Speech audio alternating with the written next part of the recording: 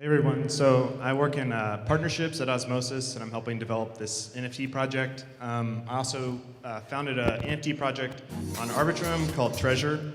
Yeah, so just a little background on that. So before we came there, the daily volume on Arbitrum was about $800 a day. And we got it up to, by January, 2 months after launch, it was the second biggest NFT marketplace in the world. And we were doing 10% of OpenSea's volume with 2 collections. And those had a 20 ETH floor and a 6 ETH floor. Our token, which we gave away for free, had gone up to $1 billion in valuation with 300 million in the treasury. And now Treasure, which I still help out as a strategic advisor, has done 500 million in total volume. And we've bought a AAA game studio to start building games in-house. So the whole Treasure experience I want to help recreate in Osmosis because it was based on a very specific thesis that blockchains need to feel like homes to users in order for the community to grow in a viral way. So I'm going to talk about the Wosmo NFTs that we're building, but before we do that, I'm just going to give a quick overview about what I think about is happening in NFTs right now and what we should try and learn about it even in a DeFi context. So like, oops, sorry, here we go. Yeah, so overview of PFPs, like why did this mania happen and what does Cosmos need to learn about it? So most of the time when people talk about NFTs, they're talking about specific value propositions. There's the Veblen good thesis, which is as the price goes up, demand goes up because it's a status symbol, and that was what Punks and then Bored Ape ascended to that level. Then we see things like the community value of a PFP. So, you know, there's the intrinsic qualitative value of I like to feel like I belong somewhere. And then there's the utilitarian value you see with successful NFTs like Moonbirds that promise access to a professional network. And then there's just self-expression, which doesn't have anything to do with the community. It's just this is who I am in this image and how I want to represent myself to the world. So all this that's happening was about signaling identity. The question was why would it happen on Ethereum or Solana as opposed to Cosmos? In my opinion is that the value of a single network is extremely important because it recreates the feeling of home and allows a community to actually grow. So most of the time when people talk about why Ethereum's winning, they talk about it in terms of like composability. Since everything is on the network, these protocols can be interconnected. But Cosmos, we're seeing that the interchain vision actually allows composability too, so that can't be the reason.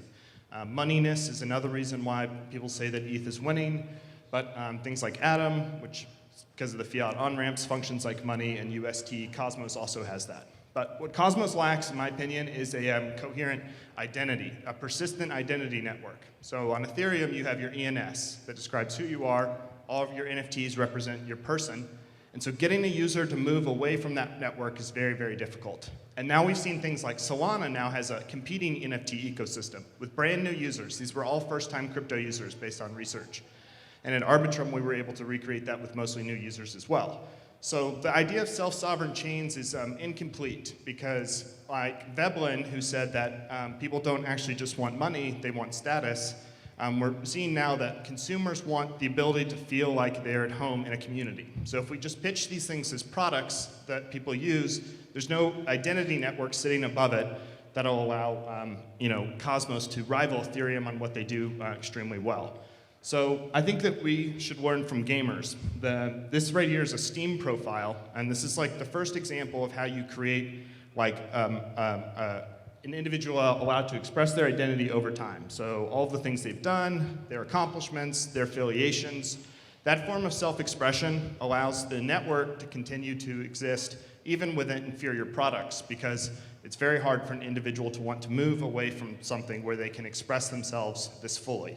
So we have to move beyond the Veblen good zero-sum status games and think about how do we recreate something like this on Cosmos, which are a bunch of self-sovereign chains and products, and find something that sits on top of it that rivals Ethereum's identity network.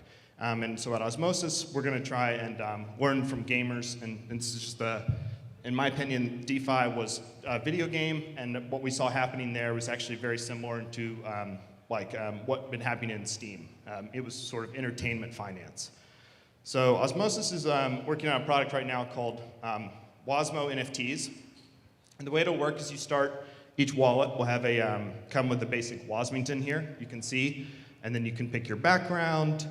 And then over time, you have to win the ability to accessorize your character. Or not win it, but by doing work on on these products, using them over time, you can unlock special features to put on your Wosmington. Let's see where's mine.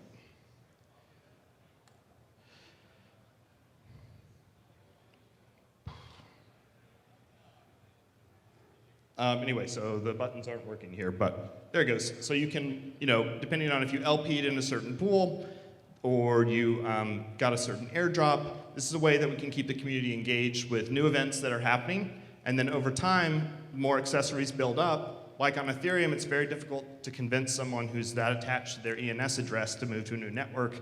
We can start recreating this like here with the Wosmo NFTs. So we'll build out stats over time that demonstrate how much the users use the platform.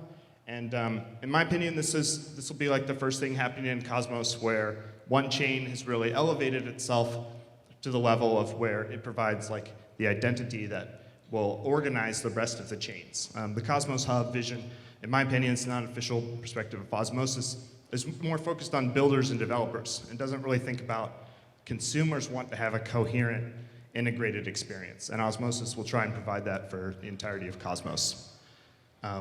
So yes, this is the product we're going to be rolling out with really soon. If y'all have any suggestions, please let me know and I can answer any questions y'all have.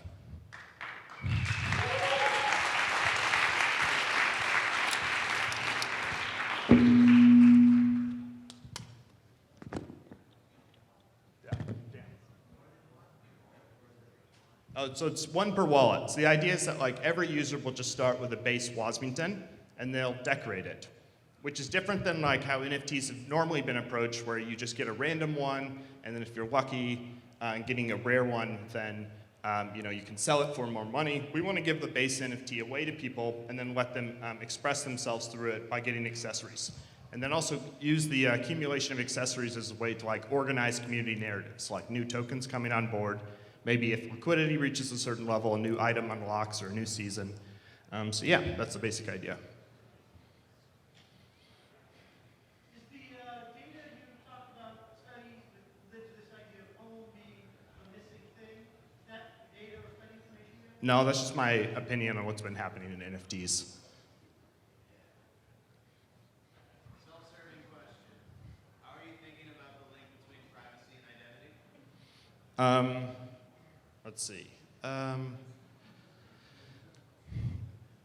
Yeah, I don't know. I mean, I think it's, in what sense, sorry? Like transactions or? I mean, like, this is an awesome product. I'm already thinking about, like, how you use your Osmosis, like, as an identity cross-chain, cross-platform. So my only concern is that there's a lot of difficulty, like the soul-bound tokens or things like that, where you have identity, it's universal, but then everybody has access to all of the data all the time in every context. Is there any way that you guys are thinking about how that might be either controlled on-platform with Osmosis or just, like, where it could be on the roadmap? Yeah, so like with cosmetic decorations to your character, I don't know that privacy would matter that much. And just personally, I think that like users who opt into Web3 want transparency of their identity in general. Because we're not doing things we're trying to hide, we're doing things we want to show off, And protocols that only build products for consumers and don't think about this qualitative value of how users actually want to express themselves will get left behind, in my opinion.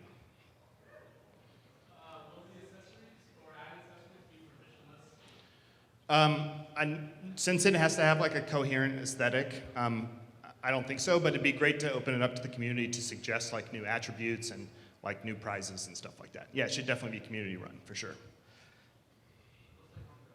Whoops. No, this will be on Keplr. And yeah, on Osmosis. Yeah, sorry.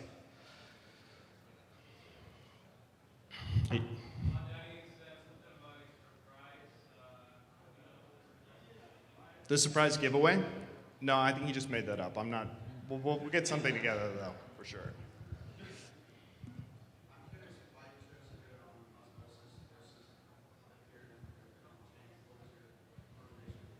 Well, I think, in my opinion, this is the one thing that Cosmos lacks. It's very significant a lack, in my opinion. We are building better products than Ethereum, but it doesn't really matter until there's the persistent identity network where people want to stay in it. And so Cosmos is superior technology, superior products in a lot of ways. And I think something like an AMM is really home base for like a user before they spread out into the rest of the cosmos. So this is a great place to start building that identity network.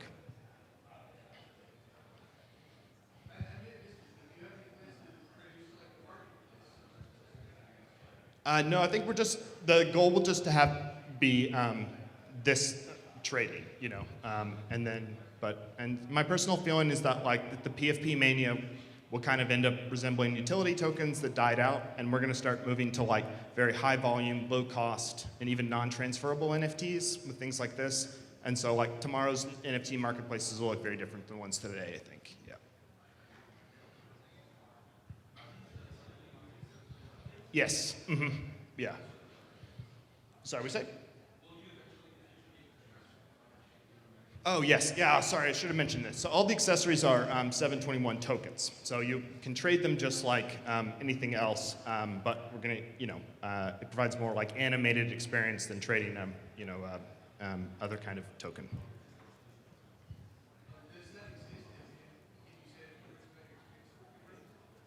In creating what? I'm actually not too familiar with those standards. I'm not a developer, just work in growth. So you stumped me there. Yeah. Yep. Yes. Yeah, exactly. So the goal would be that you don't actually, you're not trying to flip the NFT you get by default. If you sell your accessory, it's something you acquired through work and time spent on the platform rather than luck in the draw. Yeah.